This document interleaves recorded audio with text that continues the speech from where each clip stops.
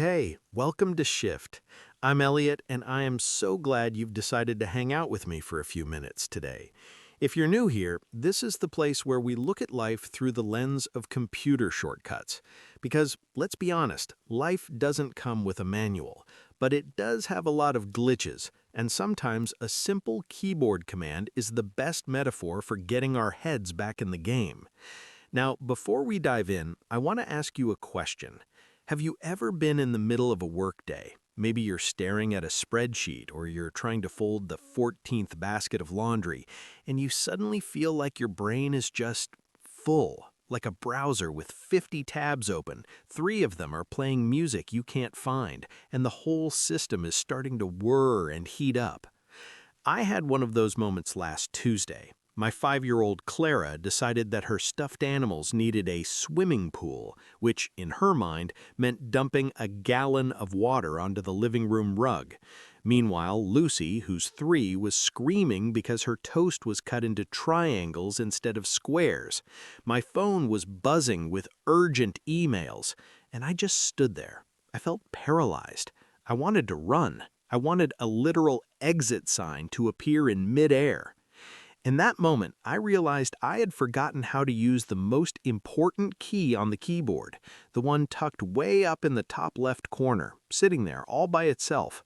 Today, we're talking about the escape key. We're talking about how to take a break, a real one, without that nagging heavy backpack of guilt following you around. Because believe it or not, escaping isn't about quitting, it's about surviving. So let's look at the tech for a second. What does the escape key actually do? On your computer, it stands for escape. It's the universal stop button. If a program freezes, you hit escape. If a video is playing full screen and you want to get out, you hit escape. If you're in a dialog box that you didn't mean to open, escape gets you back to the safety of the main screen. It's essentially a way to interrupt a process that isn't serving you anymore. It's the circuit breaker. It tells the computer, hey, whatever you're doing right now, stop it, reset, give me back control. It's simple, it's immediate, and it's usually the first thing we try when things go wrong. In our lives, though, we treat escape like a dirty word. We've been conditioned to think that if we aren't grinding, we're failing. We think taking a break is a luxury we have to earn after a 10-hour day. But the truth is, the escape key isn't a reward for finishing your work. It's a tool that allows you to do the work in the first place. Think about it. When your computer freezes, you don't yell at it to work harder. You hit escape. When we freeze, when we're stressed, overwhelmed, or just plain tired, we usually try to push through. We open a 51st tab. But the metaphor of the escape key reminds us that sometimes the most productive thing you can do is stop the current process entirely. It's about giving yourself permission to exit the full screen mode of your problems so you can see the whole desktop again. Let's get into the deep stuff. The first thing we need to tackle is the guilt of the exit. I mentioned the swimming pool incident with Clara earlier. In that moment, my instinct was to stay and fix it immediately while being angry. I felt like a good dad stays in the chaos. But I was so frustrated that I knew I was about to snap and say something I'd regret. So I looked at my kids and said, "Daddy needs a 2-minute escape key." I walked into the pantry. Yes, the pantry. It's the only room in the house with a lock and no windows. I stood there among the boxes of Cheerios and granola bars, and I just breathed for 60 seconds. Now, the old version of me would have spent those 60 seconds feeling guilty. You're a bad dad for leaving them. You should be cleaning the rug. You're wasting time. But here's the shift. Escaping for 2 minutes didn't make me a neglectful parent. It made me a regulated parent. When I came back out, I wasn't shaking with anger. I was able to hand Clara a towel and show her how to dry the rug. We have to realize taking an escape break isn't leaving our responsibilities. It's gathering the resources to handle them better. Whether it's stepping away from a heated conversation with a partner or putting your phone in a drawer when the news becomes too much, that's not weakness, That's system maintenance. Point number 2, escaping numbing versus escaping recharging. We live in a world of what I call productivity porn. We see people on social media waking up at 4 a.m., drinking green juice, and working 16 hours a day. It makes us feel like if we aren't on, we're losing. But here's the trap. Because we feel guilty about taking real breaks, we take fake breaks instead. We don't hit the escape key, we just minimize the window. This is what I call numbing.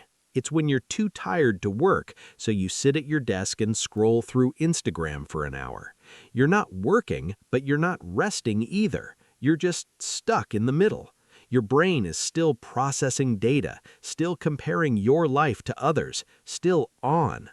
A real escape key moment is intentional. It's closing the laptop. It's going for a walk without a podcast in your ears. It's sitting on the porch and just watching the birds.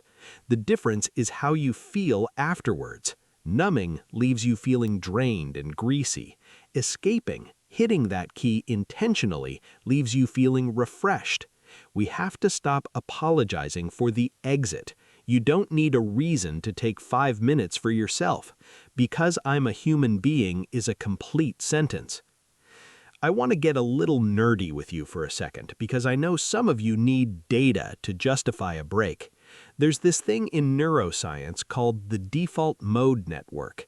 For a long time, scientists thought the brain was only productive when we were focused on a task, but they discovered that when we hit the escape key on a task, when we daydream or just let our minds wander, the DMN kicks in. This is where the magic happens. This is where your brain connects dots it couldn't see before. It's why you get your best ideas in the shower or while driving. When you stop the active process, your brain's background processes take over. They start cleaning up the files, organizing the memories, and solving the problems you were stuck on. By refusing to take a break, you are literally locking your brain out of its most creative mode. You are keeping the CPU at 100% and wondering why the fan is making that screaming noise. If you want to be smarter, faster, and more creative, you have to hit escape. You have to let the system idle. All right, enough theory. How do we actually do this? How do we hit the escape key in a world that wants us to stay full screen all the time? Here are 3 practical small shifts you can try today. 1. The single tab micro break. Once every 2 hours, close every single tab on your computer and every app on your phone, just for 1 minute. Look at the blank wallpaper. It sounds silly, but it creates a visual reset for your brain. It's a digital escape key that helps you decide what to open next with intention rather than just reacting to what's already open. Number 2, the 5 sense escape. When you feel that system freeze coming, that feeling of overwhelm, step outside or go to a different room. Find one thing you can see, one you can hear, one you can smell, one you can touch, and one you might be able to taste. This interrupts the stress cycle. It's the physical version of hitting escape on a frozen program. It brings you back to your body and out of your spinning thoughts. Number 3, declare an escape zone. Pick one place or time that is a no-task zone. For me, it's the 10 minutes after I put the girls to bed. No chores, no emails, no planning tomorrow. I just sit. My wife knows that's my escape time. By naming it, you remove the guilt. You're not avoiding work, you are executing an escape command. It's a scheduled maintenance period. Here's your challenge for the week if you're up for it. I call it the first 5 rule. Every time you finish a major task this week, whether it's a meeting, finishing a report, or finally getting the kids to nap, I want you to hit the escape key for exactly 5 minutes before you start the next thing. No scrolling, no checking texts, just 5 minutes of off. Sit in your car, sit on your sofa, or just stand by the window. Notice the urge to be productive and just let it sit there. Press the key. Exit the rush. See how much more energy you have for the next task when you don't carry the weight of the last one into it. Thanks so much for hanging out with me today on Shift. I hope this gives you a little bit of breathing room. Remember, the escape key is there for a reason. Use it. Use it without apology. If this episode helped you breathe a little easier, I'd love it if you'd subscribe or share it with that one friend who never seems to stop moving. You know the one with 80 tabs open in their brain. Next time, we're going to be talking about a shortcut that's all about protection and priorities. We're diving into Control S, how to save your limited energy for the people and projects that actually deserve it. Until then, keep it light, keep it real, and remember, sometimes all you need is a little shift. I'm Elliot, and I'll talk to you soon.